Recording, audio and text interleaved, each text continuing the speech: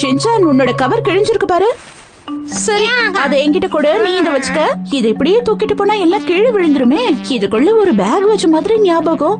இதோ இருக்கு. அம்மா, இப்ப எனக்கு 5 வயசாச்சு. எதுக்காக எல்லா வேலையும் நானே செய்யணும் சொல்லுங்க? நீ சின்ன பையன் ஷின்சான், சொன்னதை மட்டும் செய்ய. இதை என்னால நினைச்சு கூட பார்க்க முடியல. எதை பத்தி பேசுறான்?